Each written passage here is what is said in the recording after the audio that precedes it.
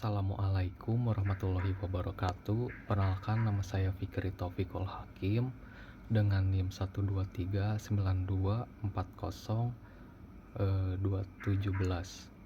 Nah, selamat malam. Hari ini saya akan membahas topik yang sangat penting dalam kehidupan bermasyarakat dan bernegara, yaitu hak asasi manusia atau yang sering kita singkat sebagai HAM. Nah, jadi apa sih sebenarnya yang dimaksud dengan HAM? Nah, jadi HAM adalah hak-hak dasar yang dimiliki oleh setiap manusia sejak lahir, tanpa memandang suku, ras, agama, atau status sosial. Nah, jadi hak-hak ini melekat pada diri kita sebagai manusia dan tidak dapat diambil atau dicabut oleh siapapun. Nah, mengapa sih HAM itu begitu penting? Nah, karena HAM itu menjamin martabat dan nilai setiap individu. Jadi, HAM melindungi kebebasan kita untuk hidup berpendapat, beragama, dan mendapatkan perlakuan yang adil. Nah, jadi kalau tanpa HAM, kita bisa kehilangan esensi kemanusiaan kita. Nah, jadi di dalam video singkat ini, saya akan membahas ciri-ciri HAM, macam-macam HAM, prinsip-prinsip HAM, dan beberapa contoh kasus HAM yang pernah terjadi di Indonesia. Nah, dengan pemahaman tentang HAM ini sangat penting gitu, supaya kita bisa saling menghormati dan menciptakan masyarakat yang lebih adil dan bermartabat. Nah, mari kita mulai dengan membahas ciri-ciri HAM. Nah, pertama-tama saya akan membahas ciri-ciri utama dari hak asasi manusia. Jadi di sini ada 4 ciri penting yang perlu kita pahami. Yang pertama, HAM bersifat hakiki. Ini berarti HAM adalah hak asasi yang melekat pada setiap manusia sejak lahir. Jadi kita tidak perlu memintanya atau mendapatkannya dari siapapun, karena HAM sudah ada dalam diri kita sebagai manusia. Yang kedua, HAM bersifat universal. Maksudnya, HAM berlaku untuk semua orang di seluruh dunia, tanpa memandang perbedaan warna kulit, jenis kelamin, bahasa, agama, atau status sosial. Jadi misalnya seorang anak di desa terpencil di Indonesia memiliki hak asasi yang sama dengan eksekutif di kota besar Amerika. Nah, yang ketiga, HAM tidak bisa dicabut. Ini adalah ciri yang sangat penting. Hak asasi kita tidak bisa diambil atau dihilangkan oleh siapapun, bahkan oleh negara sekalipun. Meskipun dalam situasi tertentu ada pembatasan, namun esensi HAM tetap bisa dihilangkan. Yang keempat, HAM tidak bisa dibagi. Jadi artinya semua jenis HAM sama pentingnya dan saling terkait.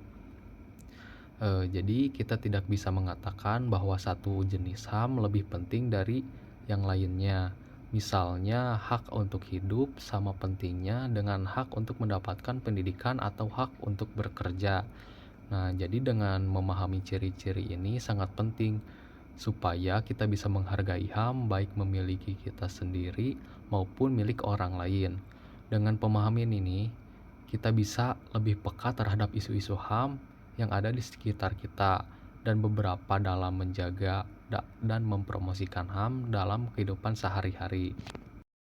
Nah, sekarang saya akan membahas macam-macam hak asasi manusia secara umum. HAM dapat dibagi menjadi 3 kategori utama. Yang pertama, hak asasi pribadi atau personal right. Jadi ini mencangkup hak-hak yang berkaitan dengan kebebasan individu. Misalnya, hak untuk hidup, hak untuk bebas berpendapat, hak untuk memeluk agama atau kepercayaan, dan hak untuk bebas dari penyiksaan. Jadi, hak-hak ini melindungi kebebasan pribadi kita secara individu. Yang kedua, hak asasi ekonomi atau property rights. Jadi, kategori ini berkaitan dengan hak-hak dalam bidang ekonomi. Contohnya, hak untuk memiliki properti, hak untuk bekerja dan mendapatkan upah yang layak, hak untuk melakukan transaksi ekonomi, dan hak untuk memiliki standar hidup yang memadai. Jadi, hak-hak ini penting untuk menjamin kesejahteraan ekonomi setiap individu. Yang ketiga, hak asasi politik atau political rights. Jadi, ini meliputi hak-hak yang berkaitan dengan kehidupan bernegara dan berpolitik.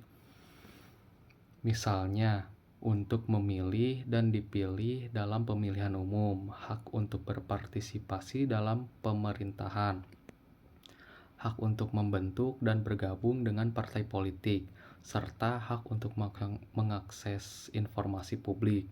Hak-hak ini memungkinkan kita untuk berpartisipasi aktif dalam proses demokrasi. Nah, jadi penting juga untuk diingat bahwa ketiga kategori HAM ini saling terkait dan sama pentingnya. Misalnya, untuk bisa menikmati hak ekonomi dengan baik, kita juga perlu memiliki hak pribadi dan politik yang terjamin.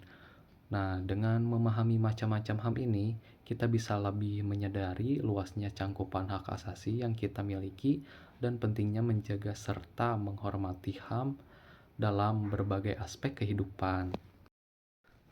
Selanjutnya, ada prinsip-prinsip utama hak asasi manusia. Jadi ada 3 prinsip penting yang perlu kita pahami. Yang pertama, prinsip kesejahteraan. Prinsip ini menegaskan bahwa semua manusia memiliki kedudukan yang setara dalam hal harkat dan martabatnya. Tidak peduli latar belakang seseorang, semua orang berhak diperlakukan secara adil dan setara. Namun, perlu diingat bahwa kesetaraan tidak selalu berarti pengakuan yang identik. Terkadang, untuk mencapai kesetaraan diperlukan perlakuan khusus bagi kelompok tertentu, yang kita kenal sebagai tindakan afirmatif. Yang kedua, prinsip non-diskriminasi. Prinsip ini erat kaitannya dengan prinsip kesetaraan.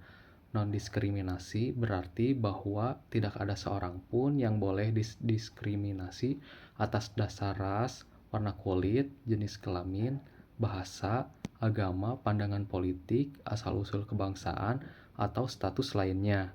Prinsip ini menjamin bahwa setiap orang memiliki akses yang sama terhadap hak-haknya. Yang ketiga, kewajiban bernegara. Prinsip ini menekankan bahwa negara memiliki 3 kewajiban utama terkait HAM. Yang pertama, melindungi. Jadi, negara harus melindungi warganya dari pelanggaran HAM. Yang kedua, menghormati. Jadi, negara harus menghormati HAM dan tidak melakukan tindakan yang melanggar HAM. Nah, yang terakhir, memenuhi. Jadi, negara harus mengambil tindakan positif untuk memastikan terpenuhinya HAM warganya. Nah, jadi prinsip-prinsip ini menjadi dasar dalam penerapan dan perlindungan HAM di seluruh dunia. Dengan memahami prinsip-prinsip ini, kita bisa jadi lebih kritis dalam menilai kebijakan dan tindakan yang berkaitan dengan HAM, baik di tingkat lokal maupun global. Nah, selanjutnya, untuk lebih memahami pentingnya HAM, coba kita lihat beberapa contoh kasus pelanggaran HAM yang pernah terjadi di Indonesia. Yang pertama, ada kasus Munir. Jadi, Munir Said Tholib adalah seorang aktivis yang meninggal secara misterius pada tahun 2004 dalam penerbangan menuju Amsterdam. Jadi, Munir ini diduga kuat kematiannya adalah pembunuhan berencana terkait dengan aktivisnya mengungkap pelanggaran HAM. Jadi, kasus ini menunjukkan betapa pentingnya perlindungan terhadap pembelaan HAM. Yang kedua, peristiwa Trisakti 1998. Jadi, ini terjadi pada 12 Mei 1998. Jadi, ada 4 mahasiswa Universitas Trisakti tewas tertembak saat melakukan demonstrasi menuntut reformasi. Jadi, peristiwa ini menjadi salah satu pemicu gerakan reformasi di Indonesia. Kasus ini mengingatkan kita akan pentingnya hak untuk menyampaikan pendapat dan berunjuk rasa secara damai. Yang ketiga, kasus Marsinah. Jadi, Marsinah adalah seorang buruh yang ditemukan tewas pada Mei 1993 setelah memperjuangkan hak-hak buruh di tempat bekerja. Kasus ini juga menyoroti pentingnya perlindungan terhadap hak-hak pekerja dan kebebasan berserikat. Jadi, ketiga kasus ini hanyalah sebagian kecil dari berbagai pelanggaran HAM yang pernah terjadi di Indonesia. Mereka mengingatkan kita akan pentingnya terus memperjuangkan dan melindungi HAM. Kasus-kasus ini juga menunjukkan bahwa pelanggaran HAM bisa terjadi dalam berbagai bentuk dan konteks. Sebagai warga negara, kita perlu terus meningkatkan kesadaran akan HAM, berani menyuarakan keadilan, dan berpartisipasi aktif dalam upaya penegakan HAM. Dengan begitu, kita bisa berkontribusi dalam menciptakan masyarakat yang lebih adil dan menghormati martabat setiap individu. Nah, jadi demikian penjelasan tentang contoh kasus HAM di Indonesia. Nah, mungkin terakhir saya akan memberi kesimpulan dari materi yang telah saya berikan. Yang pertama, hak asasi manusia atau HAM adalah hak asasi yang dimiliki setiap individu sejak lahir. Tanpa terkecuali, HAM memiliki ciri-ciri penting yaitu bersifat hakiki, universal, tidak bisa dicabut, dan tidak bisa dibagi. Yang kedua, HAM dapat dibagi menjadi 3 kategori utama. Yang pertama, hak asasi pribadi, hak asasi ekonomi, dan hak asasi politik. Jadi ketiga kategori ini saling terkait dan sama pentingnya dalam menjamin kehidupan yang bermartabat bagi setiap individu. Yang ketiga, prinsip-prinsip HAM meliputi kesetaraan dan non-diskriminasi, dan kewajiban negara untuk melindungi, menghormati, dan memenuhi HAM. Prinsip-prinsip ini menjadi landasan dalam penerapan dan perlindungan HAM di seluruh dunia.